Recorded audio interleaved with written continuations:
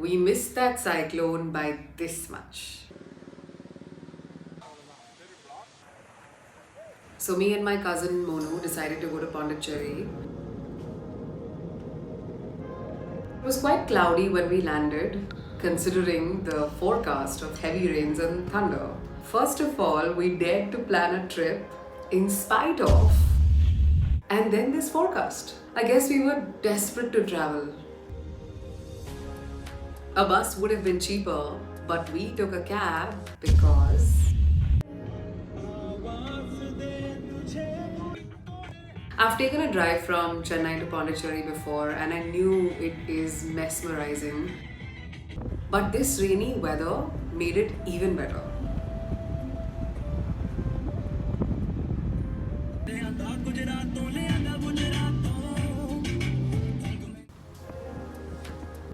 Also, is it just me or do you also see that flying dragon? A hostel would have been much cheaper, but we still took an Airbnb because it wasn't so bad. It was actually pretty good for this cost.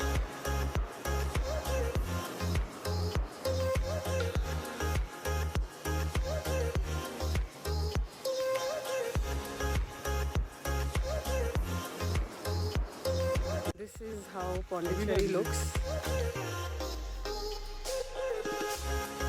The road, let's take it. We rented bikes and headed to the White Town part of Pondi. Can't say I care much for the name, but it is the beautiful French part of the city where all the happening cafes and places, even the promenade beaches. It looks beautiful, but it's too sunny. So, yeah. And Promenade Beach was a sight that day. But the real reason we were in White Town was Villa Shanti. My cousin Monu's from Delhi and he got really excited because apparently this place has great North Indian food. Is my sarcasm obvious? Well, we're gonna find out soon enough. I knew we couldn't expect much and yet I was disappointed. The paneer was rubbery and the gravy was sweet. But don't rule out this place just yet. The creme brulee was so yummy.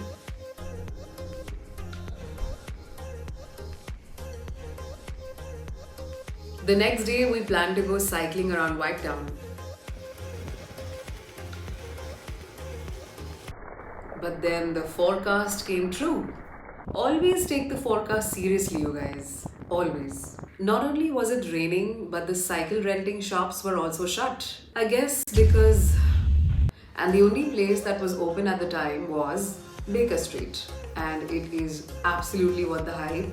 Everything over here looks heavenly. By now, we needed like a proper breakfast. So, hello, Indian Cafe Express.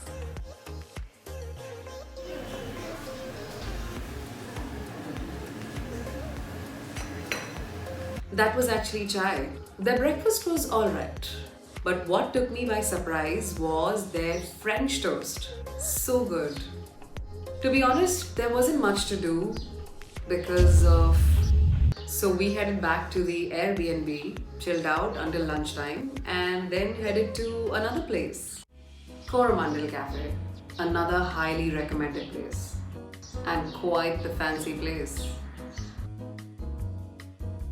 The food was even more fancier. The desserts looked so tempting. Coromandel was a bit expensive, quite expensive, but everything is good here. Everything.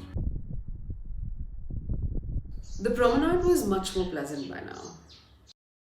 Yeah, it was quite crowded, so we tried to keep our distance.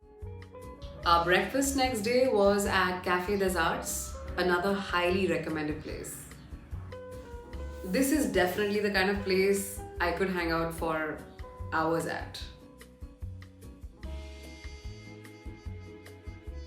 Not only was their breakfast good, they also had some amazing bakes. Pondicherry is a paradise for people who love desserts and not so much for people who are trying to watch their weight. The apple tart was so tasty. We decided to head to Oroville.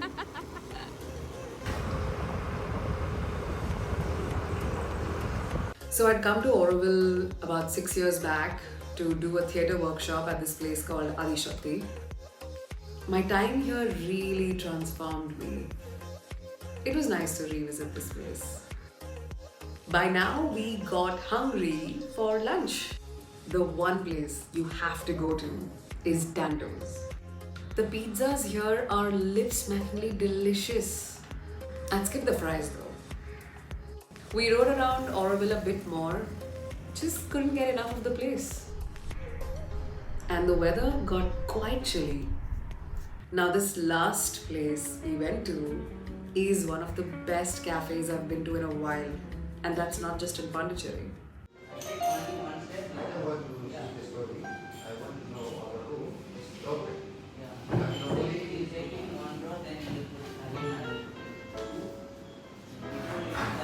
And surprise, surprise, they also had a bunch of yummy looking baked goodies, but I think I'd had my fair share in the past couple of days.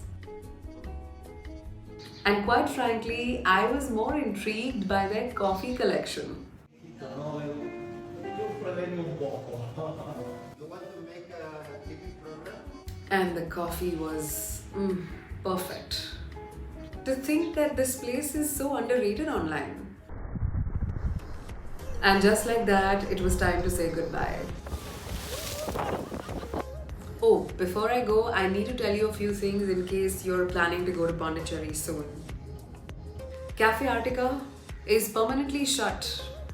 It was such an amazing cafe. And it's all because of...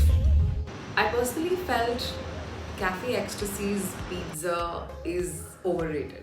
But that's just my opinion. So, there you have it. Before you get to the rough landing back to Mumbai part, I would like to thank you for watching this video. And considering I'm not a pro vlogger yet, please let me know what you think about it. Of course, sharing, subscribing, liking, commenting, all of those things are encouraging. Especially subscribing. Please do that. And hopefully we'll be able to travel a lot more next year.